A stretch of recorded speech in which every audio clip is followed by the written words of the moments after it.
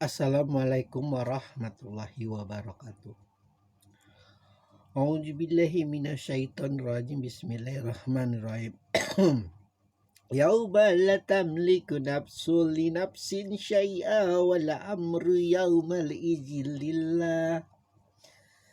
Itulah hari ketika seseorang sama sekali tidak berdaya menolong orang lain. Segala urusan pada hari itu adalah milik Allah. Tidak berdaya menolong orang lain sedikit pun, dan segala urusan pada hari itu adalah milik Allah. Kenalan-kenalan kita, koneksi-koneksi kita semasa hidup yang sering kita bangga-banggakan kalau sedang ngobrol sama teman, sama kolega, sama pebisnis mungkin. Saya kenal si Anu, santai aja. Saya kenal si Anu yang punya ini. Kebanggaan. Padahal yang dia sebutkan belum tentu kenal juga. Dia saja yang merasa. Kebodohan-kebodohan itu tidak berlaku kelak nanti di hari pembalasan. Kita suka mengenal nih pemerintah nih, kalau apa-apa satu pintu sistem urusan satu pintu. Nanti segala pintu itu hanya milik Allah itu. Urusan segala sesuatu itu hanya milik Allah. Makanya hujah-hujahnya itu langsung ke Allah. Bapak kita sama sekali tuh nggak kepikiran kita minta tolong sama bapak kita, nggak ada. Meskipun masa hidup kita dekatnya luar biasa sama ibu kita, sama kakek kita, nggak ada sama sekali. Karena manusia memang harus digituin pada akhirnya. Kita bicara di ini yang mendapat kitab sijin ini, sepertinya Allah jelekitnya. Kalau yang kitab alin mah udah senang-senang lah hidupnya lah.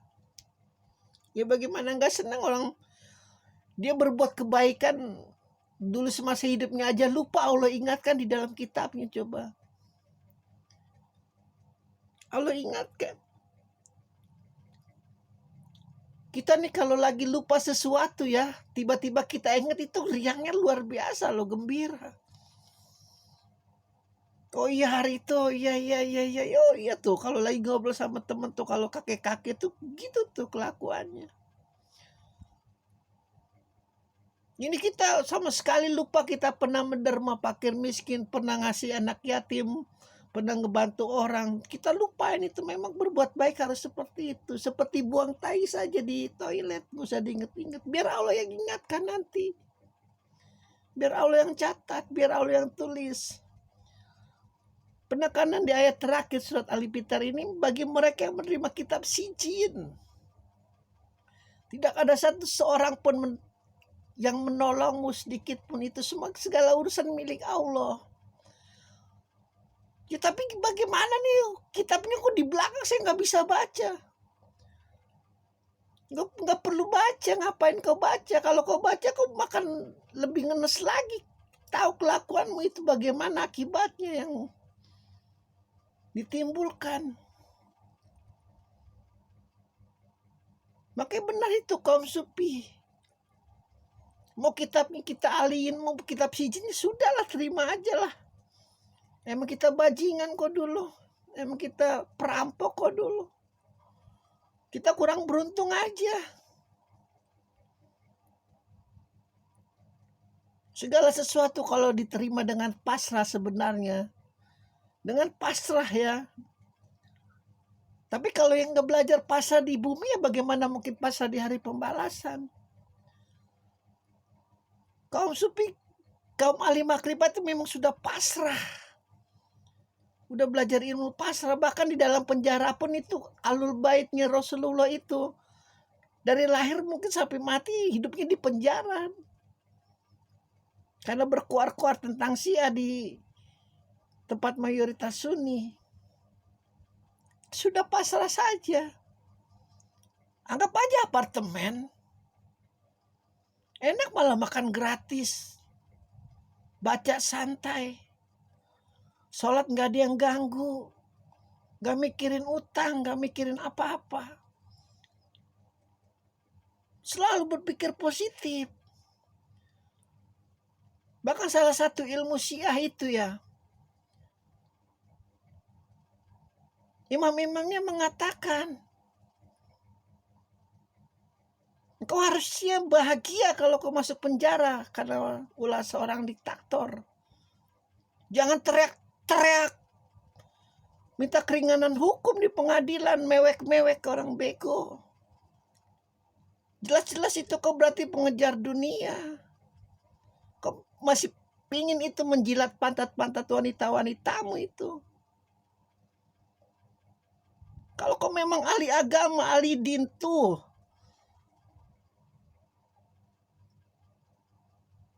pedoman itu, tingkah laku tuh Abu Bakar Ba'asyir, dia peduli setan. Bagi dia ini negara jalim, negara kafir, tidak sesuai dengan logika Allah. Nikmati penjara. Mau dikasih gerasi sama presiden gak mau, ngapain? Saya gak butuh gerasi. Begitu. Nanti kebenarannya di hadapan Allah. Makanya koruptor, bajingan, pengedar narkoba, sampai orang yang paling suci itu makhluknya Allah. Patokannya satu, jangan jalim, udah titik.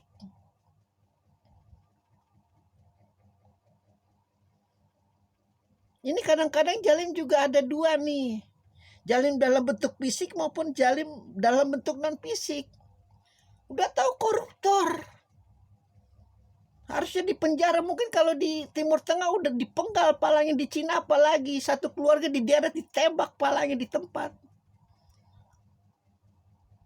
Ini masih gaya-gayaan di dalam penjara, tapi memang ciri khas Indonesia seperti itu kali ya.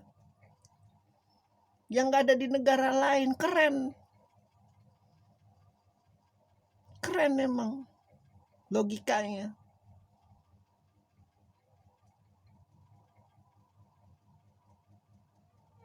Pada saat itu segala sesuatu adalah milik Allah. Engkau mau kenal sultan yang paling kaya di Uni Emirat Arab, gak peduli Allah. Seluruh malaikat settingannya Allah udah semua.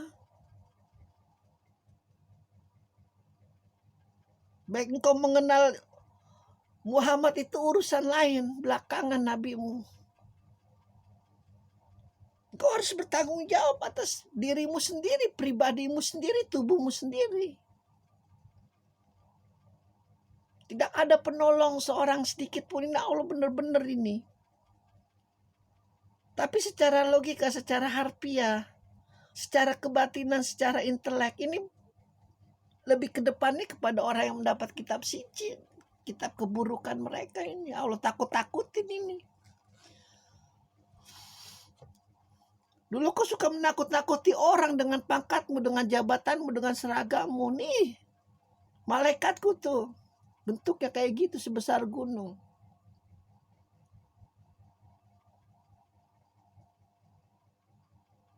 Makanya seorang tuh kalau mengenal agama sebenarnya ya, mau pakai seragam apapun itu hamba.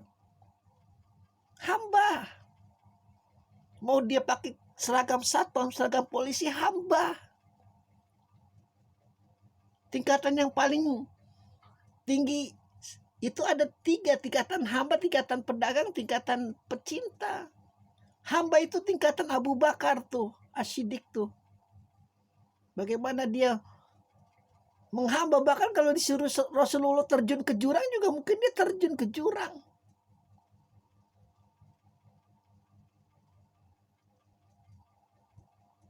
Kalau kau sudah menghamba di bumi, kau sudah terbiasa nanti menghamba di mana-mana.